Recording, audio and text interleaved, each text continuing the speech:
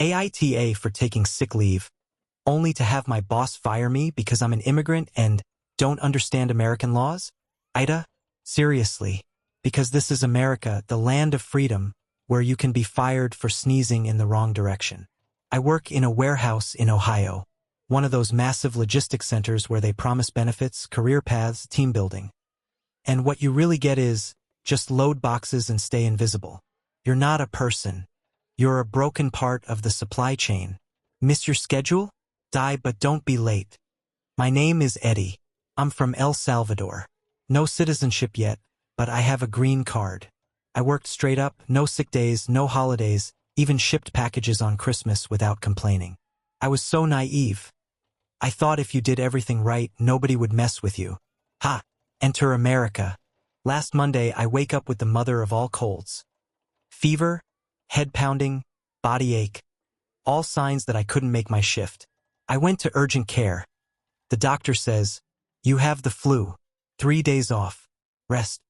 And handed me an official doctor's note. Back home, I scan it and email it to my supervisor. "Hi Brenda. I'm sick." Doctor ordered 3 days off, attaching the note. 5 minutes later, my manager, Carl, calls. "Eddie, seriously? I'm sick. We're in peak week. We can't just afford you disappearing. It's sick leave, not disappearance." "Well, do you read English? That doctor could be shady." "Read English? I'm from El Salvador, not Mars." He wasn't done. "Right to work state, dude. We can fire anyone anytime. Your absence looks suspicious." I sent the paperwork. "Yeah, paperwork from a Latin clinic? This isn't Honduras, this is America." At that point, I started recording the call.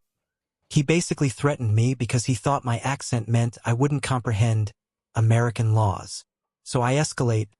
I forward the email chain, recording everything to HR and say I've contacted an attorney. No response, just an auto-reply. 2 hours later, this email from Carl. "Your contract is terminated for violating internal policy and unauthorized absence." "Oh, you terminated me because I had the flu? Unreal." I call my buddy Joseph on the next shift. Another immigrant who's been here longer. "Joe, I got fired for being sick. You got a note?" "Yes." "You're in Ohio, right?" "Yeah." "Perfect. I know an employment lawyer. Tell them you're an immigrant, you had sick leave, and Carl is a racist creep." An hour later, I'm in my apartment, wrapped in a blanket, talking to a labor lawyer. He listens and says, "You're not just in the clear. You've got a textbook wrongful termination case." Just then, another email from Carl lands. "You better not sue, or immigration might find you inadmissible." What? He thought that'd scare me? I screenshot it and send it to the lawyer. "Congrats," the lawyer replies. "Now we have a discrimination case too." So here I am, sick with the flu, but now armed with a lawyer and a case. The next morning, HR calls. The tone is sweet, like sugar-coated poison. "Hello, Eddie? This is Lisa from HR. We received your request. You got the call recording where my manager tried to fire me for taking sick leave. Maybe not exactly that. He said he could fire me because I'm an immigrant and didn't understand local laws. Right? Okay. We will look into it. That 'we'll look into it' equals do nothing and hope you shut up." I say, "I have an attorney now. My case is documented." Lisa squeaks, "Oh, well then. You may direct future correspondence to our legal department." And the tone skyrockets. "Maybe we can reach an amicable resolution?" Amicable? They fired me because I had a flu. That's not amicable. That's corporate dysfunction at its finest. I email everything to my lawyer, who responds, "Great, we're demanding reinstatement, back pay, and emotional damages." Meanwhile, Carl messages me personally. Via DM, "Why? Sad face. We could have talked this through. Now you've complicated things. We're family, right?" Family? More like a toxic horror flick where the dad screams, "Get out. You don't belong here," every time you cough. The legal department then calls me, "Mr. Eddie, perhaps we offer a severance package and a positive reference? I want my job back. And an apology." Unusual request. Unusual to fire someone for the flu. Then I get a message from a former colleague, Leticia.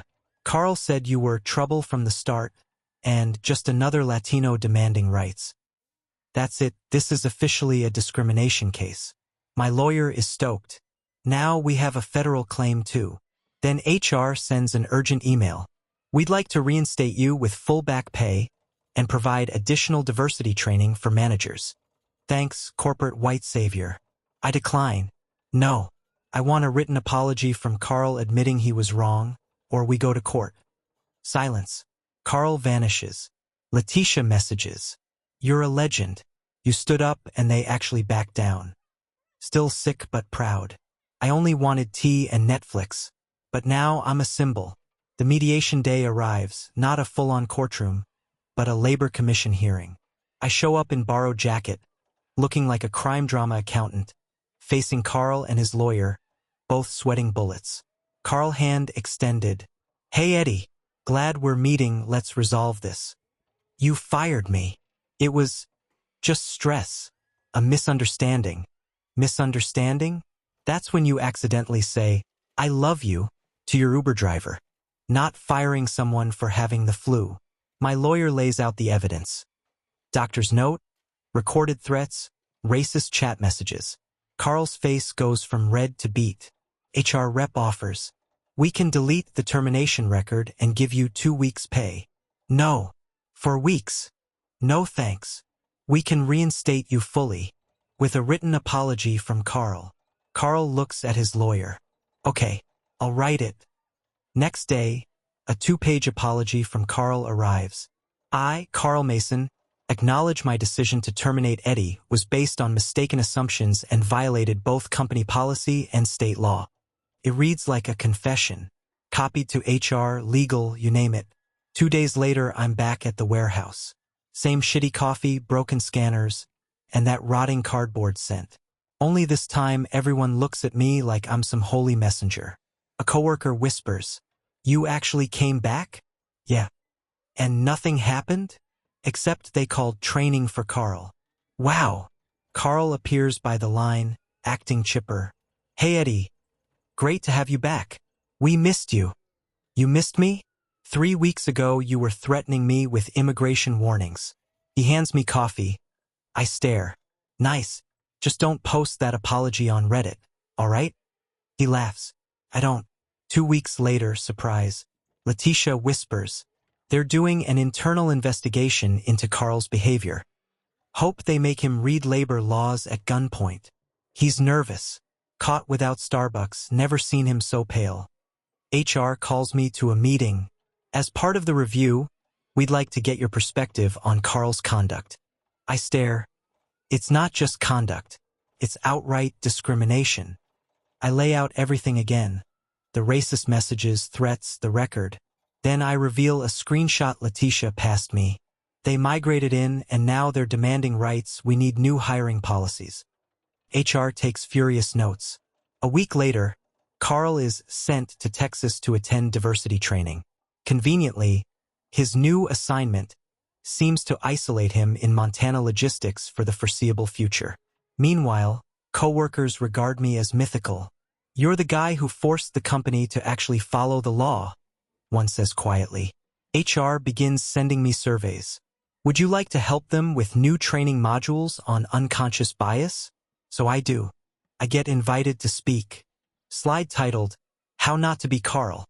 Slide, Labor Laws Your Manager Probably Doesn't Read. I stand up in front of HR and new staff.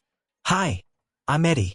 You fired me for having the flu, but I stood up, and now you're trying not to repeat it. They clap. One guy from Seattle whispers, You're like a warehouse Jesus. I didn't ask for the halo, but damn, the story got legs. A month later, HR drops more questions. How are you feeling months after resolution? Any suggestions for how our culture can improve? Would you like to join our workplace heroes stories? Like I asked for that stage. Next Tuesday, I'm tuning a scanner and hear, Eddie. I turn and there's Carl, wearing a visitor badge. Consultant. You thought I was fired. I wasn't. You were transferred. I consult on HR now. On how to not be racist when someone coughs? He sighs. I wanted to explain, face to face. Your explanation is on record. He presses his palm out. I just wanted to apologize. You were stronger. I look at his hand like it's a dead squirrel. I didn't want strength. I wanted to not get fired for a cold. Later HR meets me. You've become a symbol of change. We want you as a shift team lead, with a raise and a formal role in our diversity projects. I choke. You want me to lead the system I broke? They look surprised. Usually people jump at this. I say, I'd rather keep loading boxes in peace. They pause. I sign the refusal. 2 days later, I find this on my pallet, a framed copy of Eddie, fired and reloaded sticker, and a note. Thank you for showing us how not to behave. Co-workers nearly teared up, then laughed because this mess, this saga started with me having a flu and asking for sick leave. Weeks later, my email blows up. Subject, inspirational. The Eddie transformation. I'm officially a meme now. IT printed stickers. Eddie, fired and reloaded. I just wanted to sneeze in peace. Next, HR sends me this. We want to promote you. Lead your own shift team. Higher pay. More influence. I look at them like, you fixed your own wrongs and now you want me to run the machine? During the meeting, you'd get training, a raise, and a leadership role in diversity.